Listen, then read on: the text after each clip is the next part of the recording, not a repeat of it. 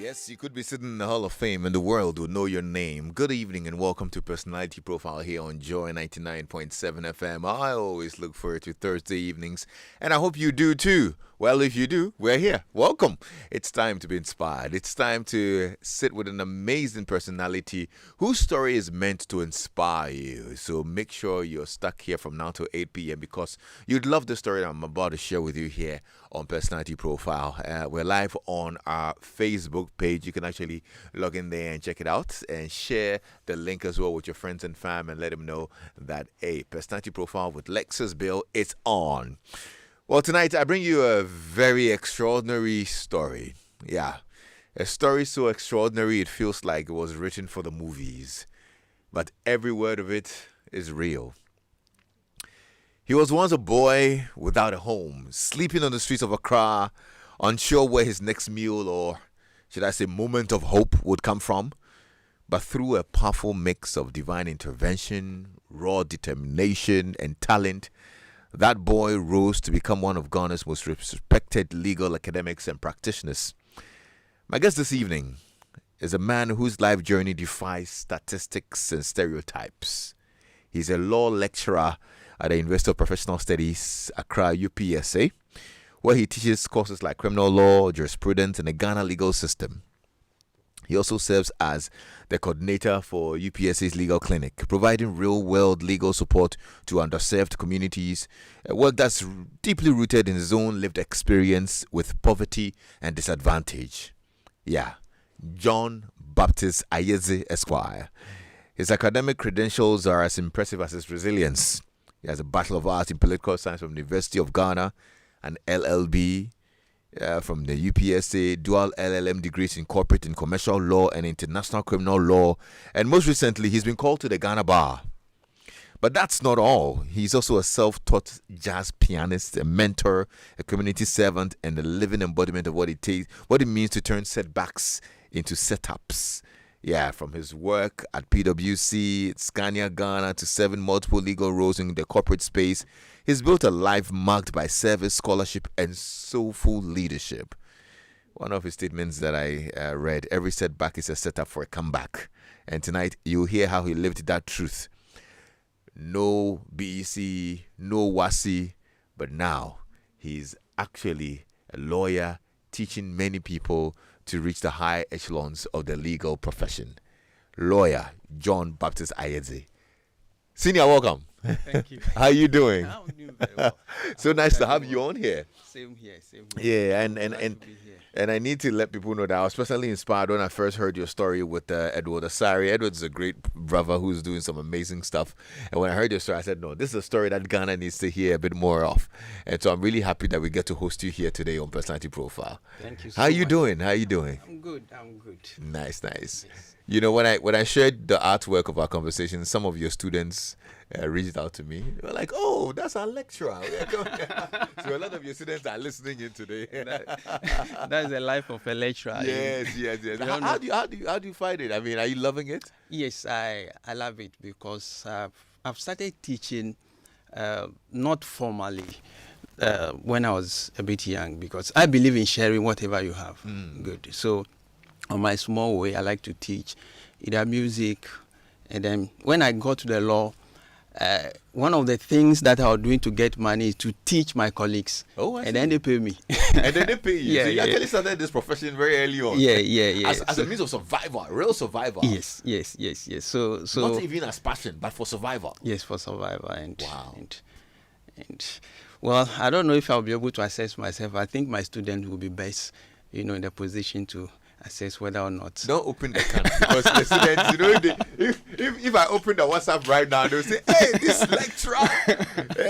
So, in fact, if you're a student, if you've ever been in this class, you might want to share with us 055-1111-997. I'd love to hear what kind of lecturer he is and how he's always very tough on you and gets you better and all of that. But it seems to me you're enjoying the lecturing a bit more, probably even more than the law practice itself. Which one would you rather? I love both. But you see, in fact, I've told a number of people, and that's true, that I went to the legal profession because I want to help. Good. So that's why I'm all around. Like, I'm all over the courts, just trying to help. I remember when my days at Legal Aids, and then there are some cases that I said, no, I don't want to do this kind of cases, matrimonial. There are too much issues around it. One of the days, my boss called me, said, John, you want to help, and these are the ways that you can help. So I have to embrace everything. It's difficult for me to tell what I do, but what happens is that I practice in the morning and teach in the evening. So okay. I seem to like both. It's interesting you mentioned that you wanted to stay away from the matrimonial issues. Is there a reason why those? I'm sure those issues regarding marriage disputes here and there. Is that what you're referring to? Yes, that's what I'm referring to exactly. And why do you like to shy away from those cases? They come with a lot of emotional stress, because the parties, especially no prejudice, the female side, they are going through a lot. Now, more or less, like, they will use like someone that maybe they can share all their issues with, someone that can comfort them and all that. And I have like over 50 or 60 cases that I'm doing, so I really don't have time for them. I had times where in court she would just come and cry on you and not. So it's a bit.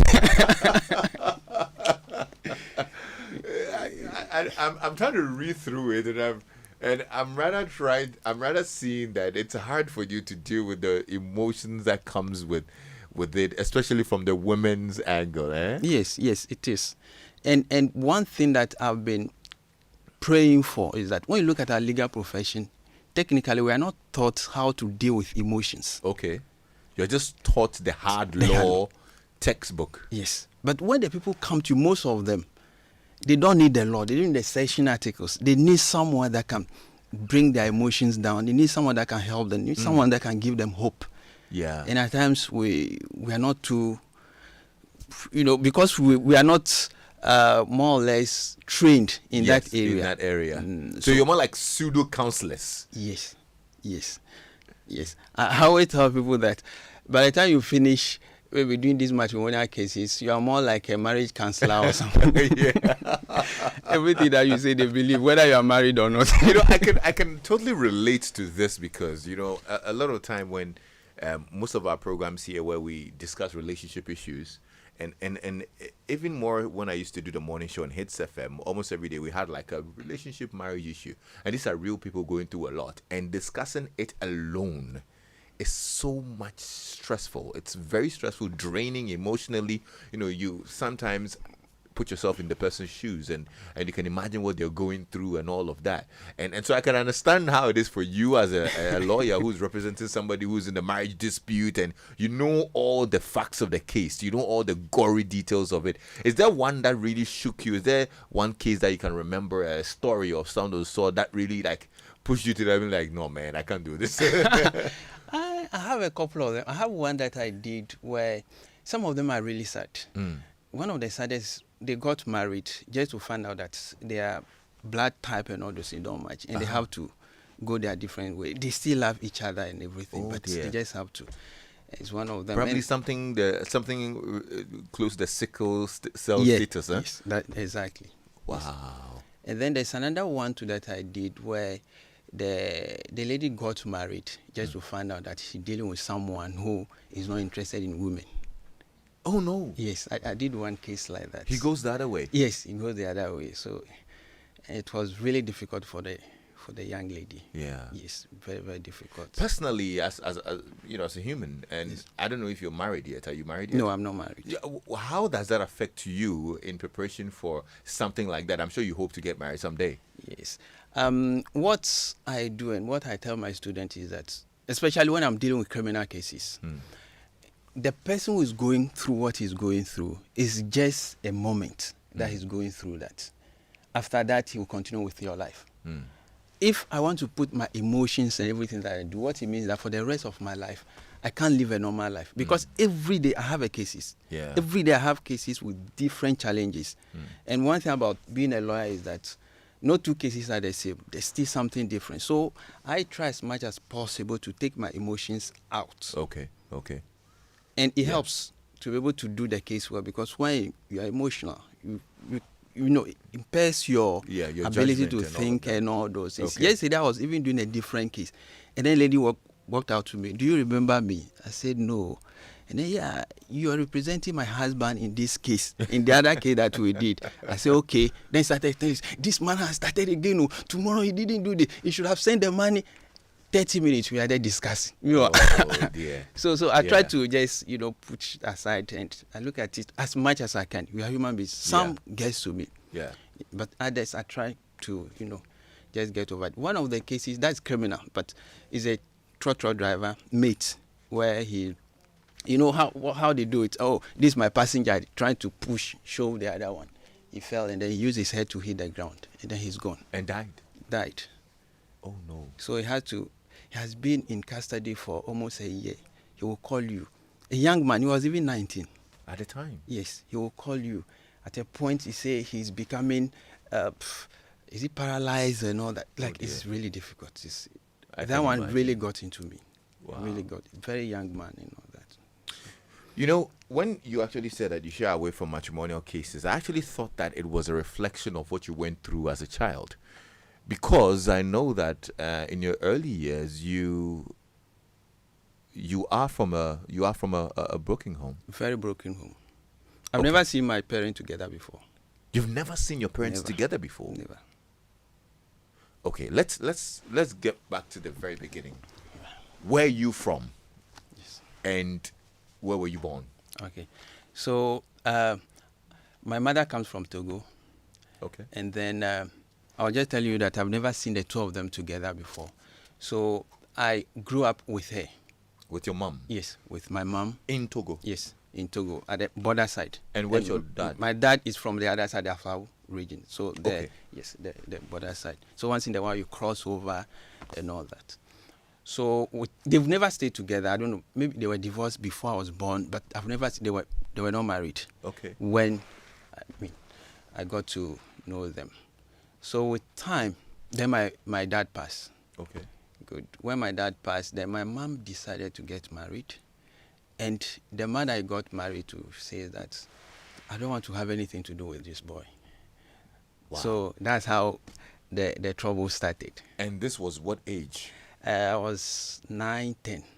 So I tell people that since I was 9, I've been taking care of myself up to date. Wait, your mom... Yes. agreed to this? Well, but now I'm sure that she thought that wasn't a good idea or not that. But yes, that's what happened. So then I find myself on the street. And in fact... I'm just wondering how your mom was even able to get by with life. You know what I mean? Like knowing that this is my son. And were you an only son? Do you have other siblings? Yes, I have one brother. Older? No, we are twins. You're twins? Yes. So she had a set of twins? Yes. And the new man says, I don't want to have anything to do with them. Yes. And so she just let you go? Yeah, so we have to go to my dad. My dad said he too is not interested. So that's where the issue started. So you left home? Left home. Did you leave home with your twin brother or you left home alone? I left home with him.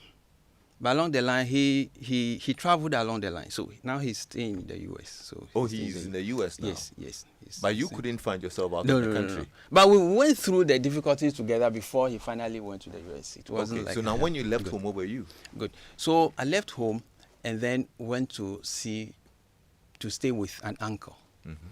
And clearly he wasn't interested. It was uncle from the mother side. Okay. And then he too wasn't interested, and then have to sleep on the street.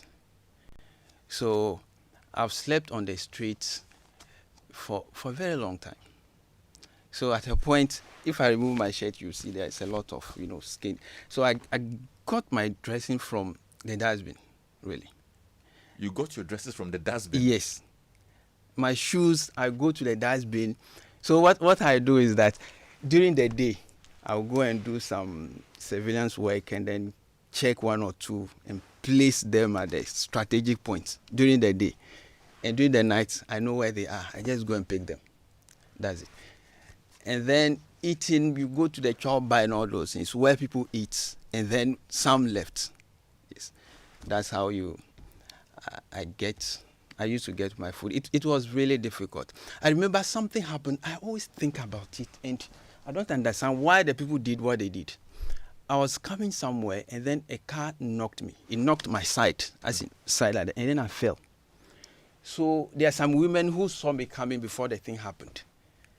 And when they came to me, I mean, obviously, when someone is knocked by a car, what you do is you take the person to a hospital. They took me, and they gave me a seat and gave me food to eat. So I've still been thinking about the whole thing. Yeah, like, Oh, I've spent like 2-3 days without eating, and you don't even know when the next food will come from. So it was really, really, really difficult. And were you injured in any way? No, I wasn't injured. Okay. But one thing that I did, and I'm so grateful for, I don't know how come, but I decided that regardless of what I'm going through, I will not get myself engaged in anything that is illegal. Okay. Like maybe drugs, stealing. Yeah. No. Did those temptations come along the way? Yes. They How? do. Because you're hungry. All right. You don't have anything. And there's no hope. It's not like the food is coming. You don't even know when next you'll get. So when you see something, you are tempted to take. So I decided, no. Instead of rather taking something that does not belong to me, if I'm hungry, I'll go to the woman who is selling. Okay, when someone is finished, I can just, and the woman say, okay, go ahead. So I decided that to go that route. And that's how you were getting by? Yes. And you were talking age 10? From age 10, 11, getting to the teenager. You had dropped out of school? Dropped out of school. No family member, just on the streets? Just on the streets. Hustling with your twin brother? Yes. And we were lucky enough, one day a pastor was passing. So this one, talking about Volta region, not Accra here. So this was in the Volta region? Yes, in the Volta region. So a pastor was passing, and he greeted and we were having a conversation. He was like, but you seem to sound very serious and all that. Why are you not in school?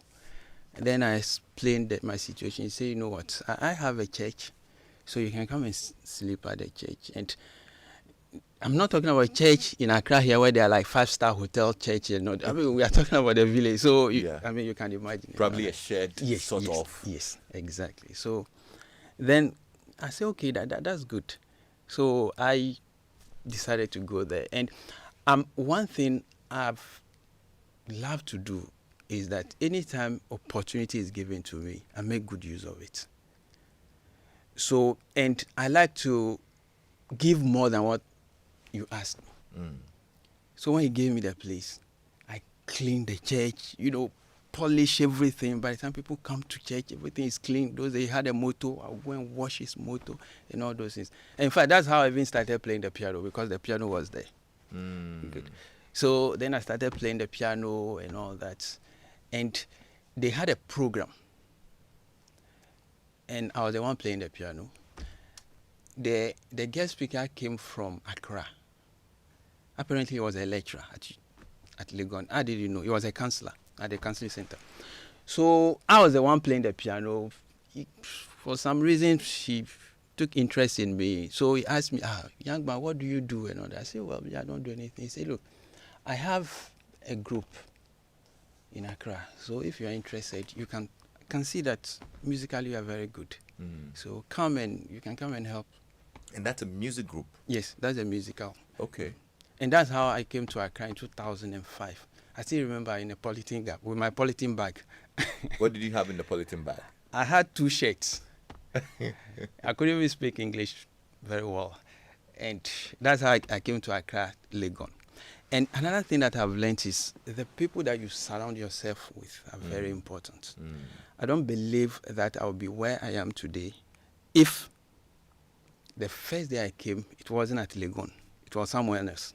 I don't want to mention any place, but, because you find yourself with almost everyone was a student, Legon there. At a point, in fact, I was even telling people that I was a student.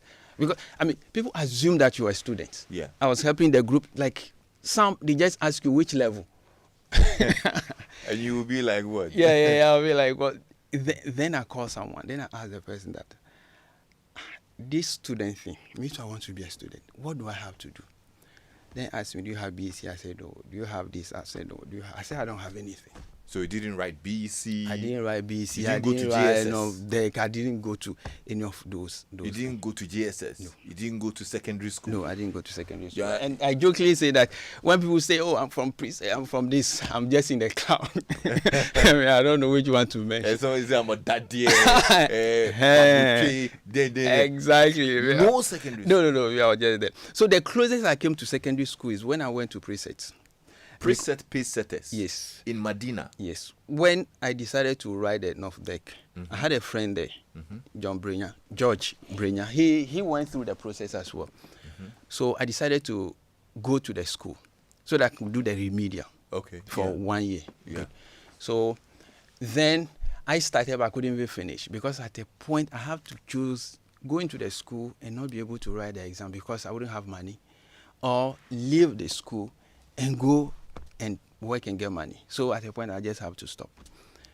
So that's the even closest. the remedial too? Yeah. So they've agreed to, Chairman. because I was. You dropped out of remedial too? Yes. Wow.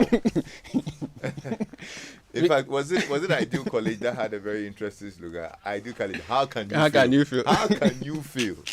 Wow. I will tell my student that my course is like Ideal College. How can you feel? How can you feel? You dropped out of the remedial Yes, too? because when I went there, I didn't have money. I remember I was selling scratch card at the airport. Okay. And then I saved the money for that. So when I went there, the amount that I have wasn't enough. Okay. But the lady looked at me and said, I could see that you are really determined. So I'll give you a chance. Oh, wow. But you need to pay. If you don't pay, then we'll have issue. Yeah. So that's why I didn't want to disappoint her, because I always think our people will come after you. I don't want to be the one who will be the reason why the next person, they'll say, no, someone came here and then this is how it ended. Yeah. So Yeah. at a point, I just have to go and see them that, you know what, you register me, I'll get the money for you. But for the classes, I'll not be able to come to all the classes. So because I was staying on campus as well, the good thing is, So this I time you had were a staying book. with the man who I came. came to the Volta region, eh? Yes. Okay. So from 2005, I was staying with him Okay. at the boys' quarters. Yeah. Good. So because we have students around, they could help me Okay. explain few things. So Okay, so I they took helped advantage. teach you. That's what you mean? Yes. Ah. That's when it comes to the teaching and the Yeah. rest. And then I had these friends. They are twins, Aquila and Akoko. So when those ladies, I don't know, they just believed in me. You know, there are some people that they believe in you more than the way you believe in believe yourself, yeah. Exactly. They are just they came right from the secondary school. So they brought all their books and everything. And they've been helpful throughout. So that's how I've been able to ride the North Deck. And then I pass. So that's what I used to do my first degree in political science and then continue. So you passed that one try? Yeah. I passed it one try. Wow. Yes, I passed it one try. So Through those dark moments, right? What kept you going? number one, I believe, and I still believe, that there's a God. And I don't believe in Christianity as a fashion, but I believe in Christianity as a way of life. Because that's how it even started. They look at the way they live, the way they behave, and they say, this person is Christian. So I believed right from there that there's a God. And that same God rules in the affairs of men. So that was my ultimate hope. That was my ultimate hope, really. And I told you that I spent some times in the church. So I didn't look at it as a place to sleep, just a place to sleep, but I look at it as a place to more or less learn how to get closer to God. So that's the first thing that kept me going. And then the second one, I believe in hard work. I believe in hard work. I do a lot of things at the same time, and people don't even. I mean, some they don't even understand how you get those things done, because I teach full time. I even teach music. This year is since I started my law degree. I think this year is the only year that I didn't do any program. Every time I'm doing something, I'm either in school or running a professional program and all those things. Yes, good. Wow. So I believe I was motivated by the fact that if you put in an effort, you see a result. Yeah. So those things kept me going. I mean, I literally can't even imagine being in these circumstances, to be honest. And I'm sure the person listening right now is also imagining, leaving home at 10 years old, being on the streets, don't know what to do. You're not writing BC or SSC. You don't have a secondary school that you attended, and you just have to jump to write some NOVDEC. Now, at the point of writing NOVDEC, yes, you wanted to get into university. That's right. But what kind of vision did you have? What kind of aspiration did you have? I don't know whether you really were envisioning being a lawyer at that point. At that point, no. You see, these days you see young and you ask them, what do you want to be? They say, I want to be a lawyer, I want to be a doctor. I always tell people that, and it's true. When I grew up, I didn't know that when you were young, you could even dream that you want to become something. I mean, I didn't know that there's something like that. Wow. Yeah, what I knew is that you just live, you eat, you sleep, that's all. So, obviously, I didn't anticipate that I would become a lawyer. But because I told you that when I came to Accra, I wasn't very good. My English wasn't really good. So I have to spend a lot of time reading. And for some strange reasons, I read a lot of philosophical books. Okay. That's what I did. So I even love the jurisprudence. Really is like the philosophy of law. Right.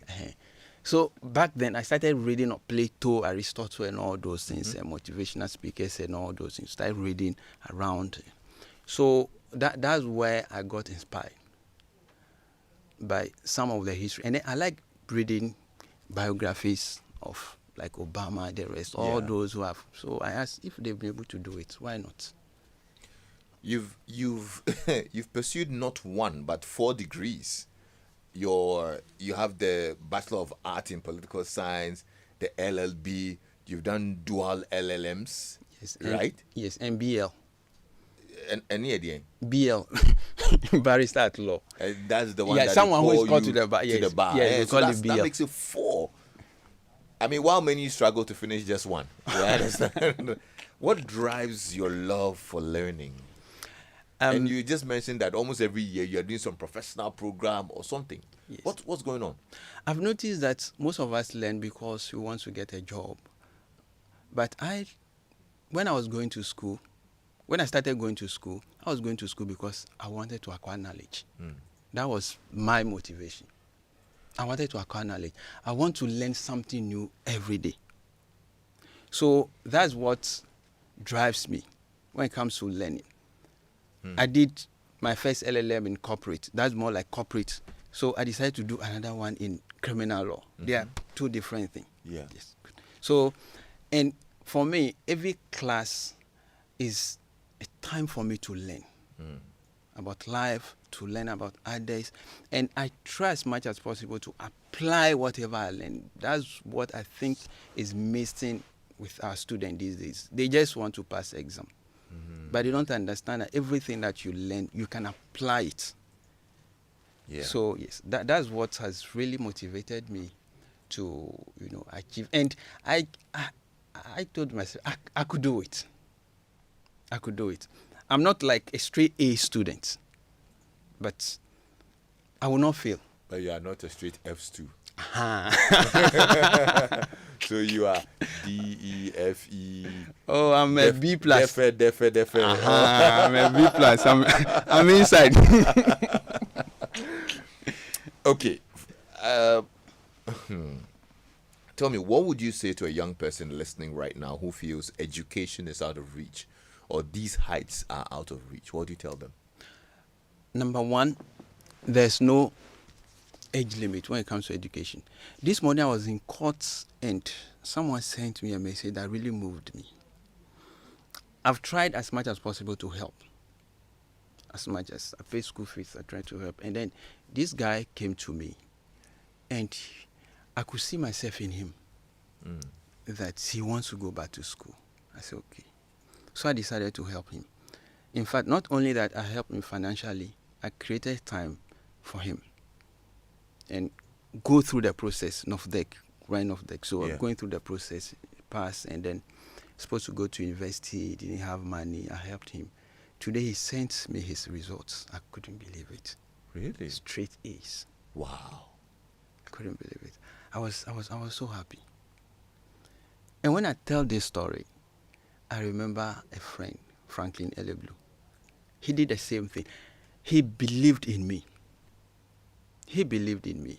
And he could put everything on the line because he believes that, look, this guy will not disappoint me. So to all the young ones, number one, I don't believe in a sense of entitlement. I don't believe in a sense of entitlement. And that's another, because I teach students. So young ones, some come just from the secondary school and then others are adults. Some of the things I've observed is some of them think that they are entitled.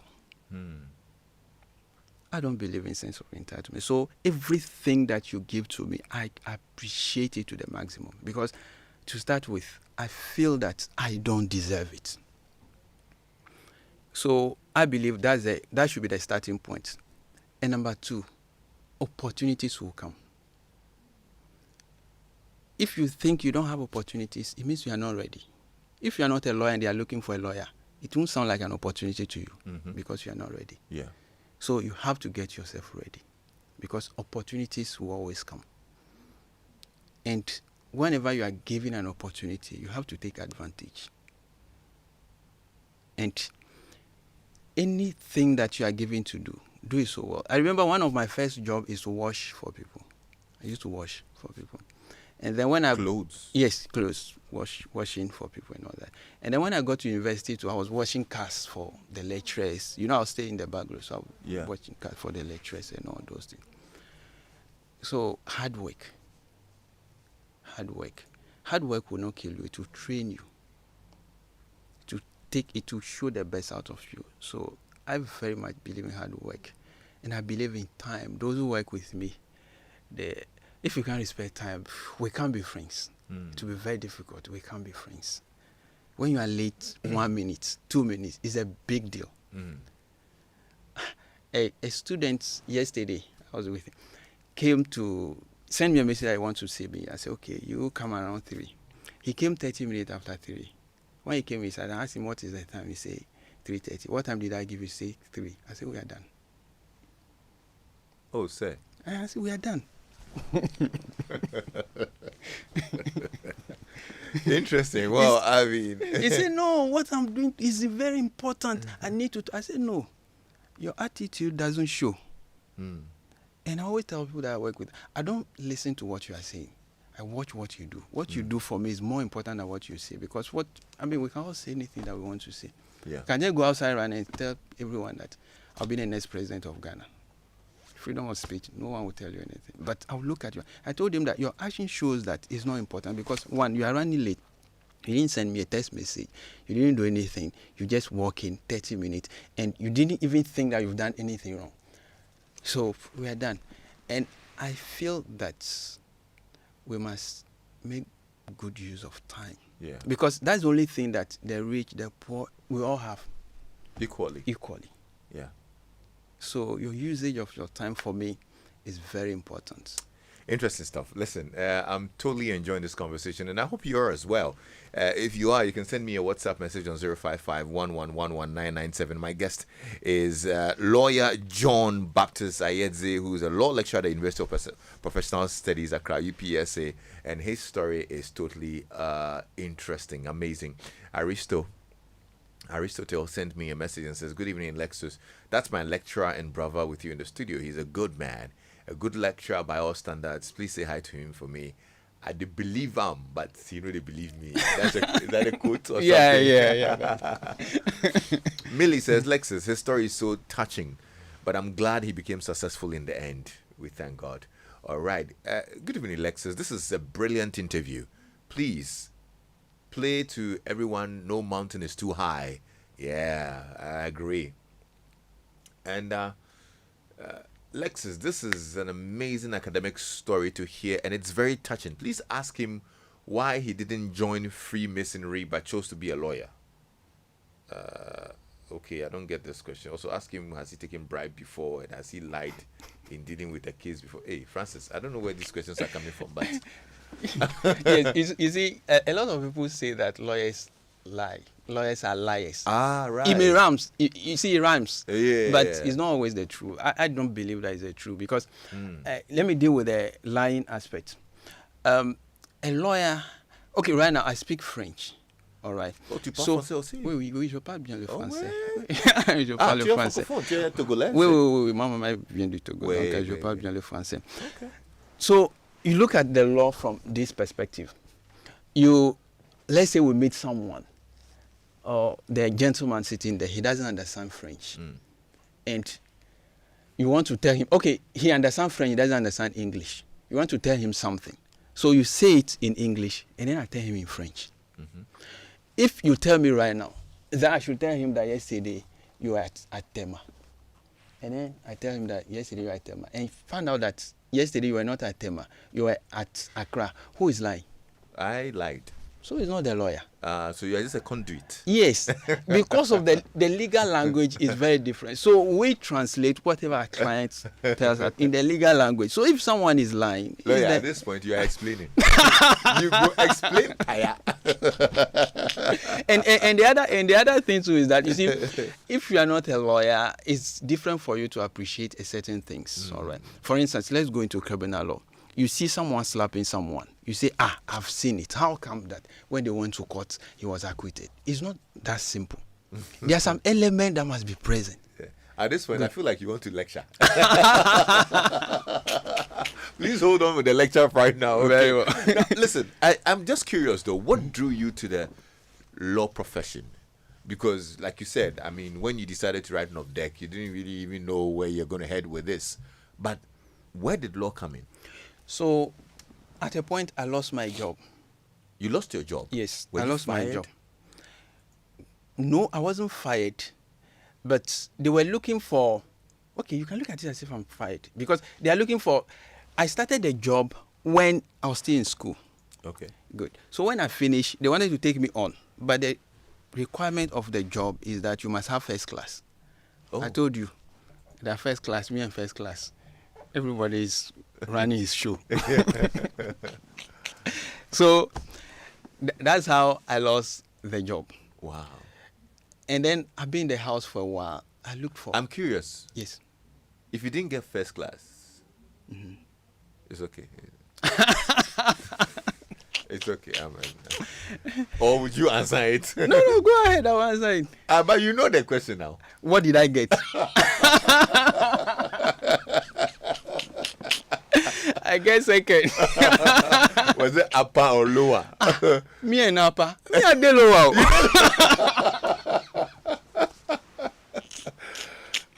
I see. And I have a friend when we law school. He always says that, look, what A can do, C can do, and do it even better. There you go. Wow. So I was looking for a job. Then I told myself that, look, I want to get into a profession where I will not have to look for a job. The job will be there.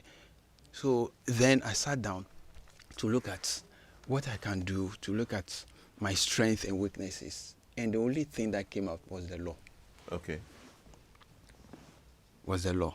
Okay, now we are having more lawyers. Maybe it may change, but at that time, the law. Once you are a lawyer, I mean, you don't need to even go and look for a job. So that's how I got into the law. But what strengths did you identify that drew you to the law to say that because of these strengths that I have, I can be a lawyer? Yes, I feel that I just don't follow the crowd. I have a way of thinking that I know those who knew me then, they all think that, oh, I was meant to become a lawyer. Well, I don't know about that. But I have a strong sense of logic. So I thought that with that, I should be able to become a lawyer because... And another thing that I do, anytime I want to get into something, I talk to people because whatever you want to do, someone has done it before. So I always talk to people.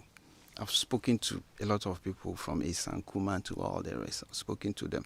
Yeah. And then from what I've heard... And you're from dean them, as well? Yes. Professor Kofi Abuchi. In fact, he used to be my student.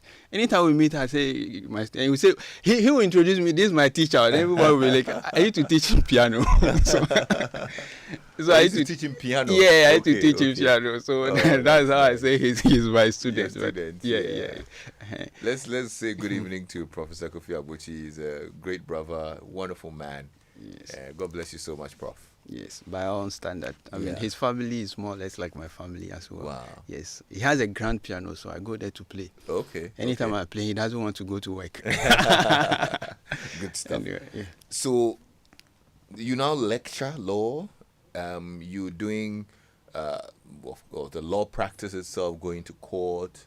I'm sure you're doing some corporate legal practice as well on the side. How do you balance these worlds?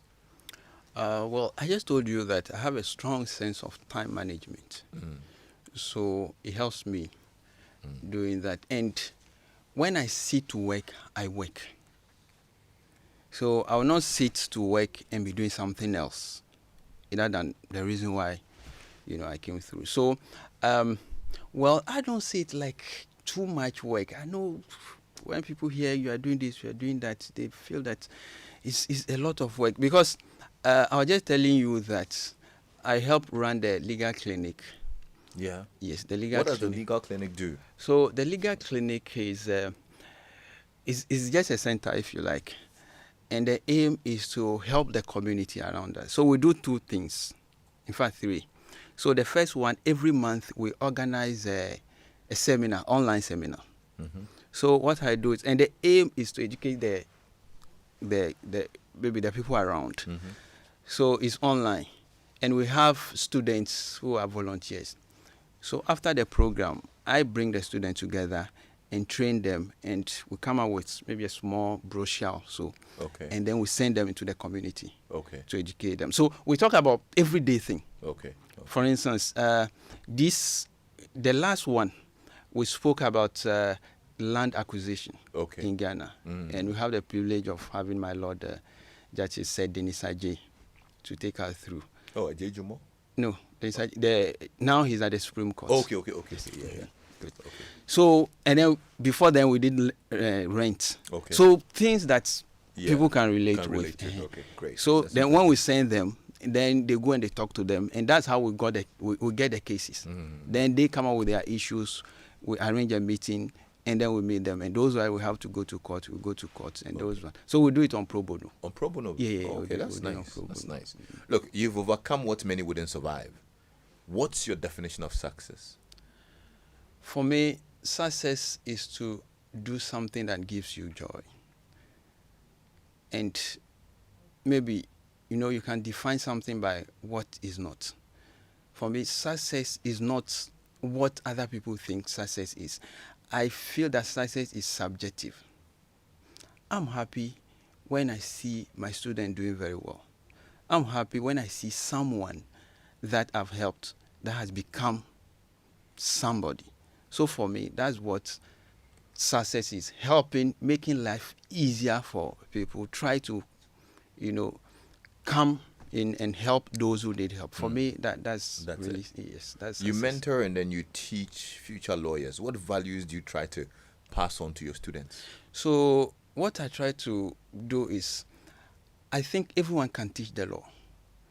So I try to go beyond just teaching the law to have a relationship with them. There are a number of them that I do my cases with because I want to bring them closer to the law. Okay. So they go to court with me, When my client came, they sit down with me and then we draft the process together and all that. So for me, my legacy, I don't want to be that boss or that lawyer who is out there, that lecturer who is out there, but I want to be the lecturer that can relate, that everyone can relate with. Is that the legacy you hope to leave? Yes, yes. If you had a chance to write a message in a book that every young Ghanaian must read, what would you say? Well, what would it say? You should never give up. You should never give up. Just keep on doing whatever you are doing. Keep on believing in what you are doing, and then you should never try. If you fail, I mean, I've failed several times, and the good thing is that at times when I tell people my past, because they look at my present, it's very difficult for them to believe. Most think that I'm lying. Yes. They think that you are lying. Yes, because how can you don't, how? And every day, my first day in school, I tell my students, look, if I can be a lawyer, you can be a lawyer. You have no reason. If me, the person standing in front of you, can be a lawyer, you have no reason. So that's the motivation I try to give to them. Wow. From the streets to the bar. That's a powerful phrase. When you look in the mirror today, what does that journey mean to you? For me, I feel I just started. And when it comes to, I will tell my friends that, look, they say, John, you like school? I say, yes, I like school because I just started. And then I play with them that, when did you start school? They will say, I started in maybe 2001. And I say, I started in 2009. So for me, the journey is to take life as a time. As in, take every day and make the best of it. Because I believe anything can happen anytime. So the journey is ongoing. Try as much as possible to be the best version of yourself. Improve upon whatever you do. And if I thought a course this way, this year, the next year, I want to improve it. Do more research and come up with something new. So for me, the journey is one of learning and one of upgrading and one of trying as much as possible to help those that I can help. And okay. Well, there are lots of messages. I thought Mirabel was going to pull up the ones that she copied up there, but I think that you lost them. Okay, all right, great. But what a story it is. What an amazing story you have, and I'm totally inspired. I mean, I thought that was it all. By hearing the details of it, I've been really inspired this evening, and I'm sure the folks out there have also been inspired. Unfortunately, we have a technical issue, so I'm unable to read the rest of your messages right now. But we are grateful that you sent in all those messages. If you missed any part of this conversation, it's live on Facebook. We're live on Facebook. You can put your comments in there. You can actually play it back and get to relive the story of lawyer John Baptist Ayedze, who's a law lecturer at the University of Professional Studies, Accra, who has overcome all sorts of circumstances to become who he is today. And look, your story is totally amazing. And it's been great spending time with you. I'm happy that we got to share your story with the rest of the world. Any final words before we leave? Well, I just want to thank you first for giving me that opportunity to share my life story, and my hope is that it helps someone. Yeah. And I'm always ready to help. So usually what I tell my students is that, look, anyone who needs help, my office is open, come. They don't come most of the time. So anyone out there, if you think you really need someone that you can talk to, yeah. And none that they forced you to become a counselor, a marriage counselor. we'll bring up marriage issues. Well, okay, we've been able to pull up some of the messages here. Edmunda White says, good evening, Lexis. I'm listening to the inspirational presentation of your guest, the lawyer. His story is very inspirational and motivational. This is a great lesson for the younger generation. And I'll give him a book titled The Leader Who Had No Title by Robin Sharma. Wow. Thank you, Edmund. Lexis, I'm really touched by the story of this gentle lecturer. Very inspirational, from Solomon in Spintex. Francis in Ho says, I am highly inspired by your story. Look, there you go. I think there are lots of people like that as well. Makafui from Pram Pram wants to know, where's your mother now? Yeah, she's still staying to go, and I have a good relationship with her. And so we, as a child should do to a mother, I do everything that I can do to help. So what about yes. her husband? Oh, I mean the new one. Yes. Oh no, they are not even together. It didn't even work. It didn't even work? No, it didn't work. After he forced you out of the house? It didn't work. And kicked you out? Yeah, in fact, right from the beginning, it was obvious that it wasn't going to work. Oh, right from the beginning? Yeah, because the guy was married to 3 already, and she became the 4th one. Oh, wow. And he came with a lot of challenges as well. Wow. Charlie, inside life, like you say. Look at this is fit for a movie. You know what I mean? Like, oh dear. Babs says, Lexis, this is a very interesting and motivating story. May God bless all your efforts. All right, Babs, thank you so much for your message. To everybody who sent in their message as well. I know there are a lot of them that we couldn't read because of time as well, but we're grateful that you sent in and you tuned into Personality Profile here on Joy 99.7 FM. My guest has been John Baptist Ayedze, lawyer John Baptist Ayedze, who's a law lecturer at the University of Professional Studies, Accra, UPSA. Thank you, brother. God bless you so much. Thank you so much for inviting me. Thanks a lot to Edward Asari as well, who's doing an amazing job as well. Edward has been profiling some really amazing people. So, Edward, kudos to you as well for all the things that you're doing. Great stuff. Uncle Ken will be on your radio pretty shortly. I'm Lexis Bill. Thanks a lot for spending time with us on behalf of the crew. We are grateful. We're back tomorrow at 3 o'clock. We'll be live inside Tema, the EcoBank Community 7 branch, for the first day of our EcoBank Joy News Habitat Fair. Enjoy your evening.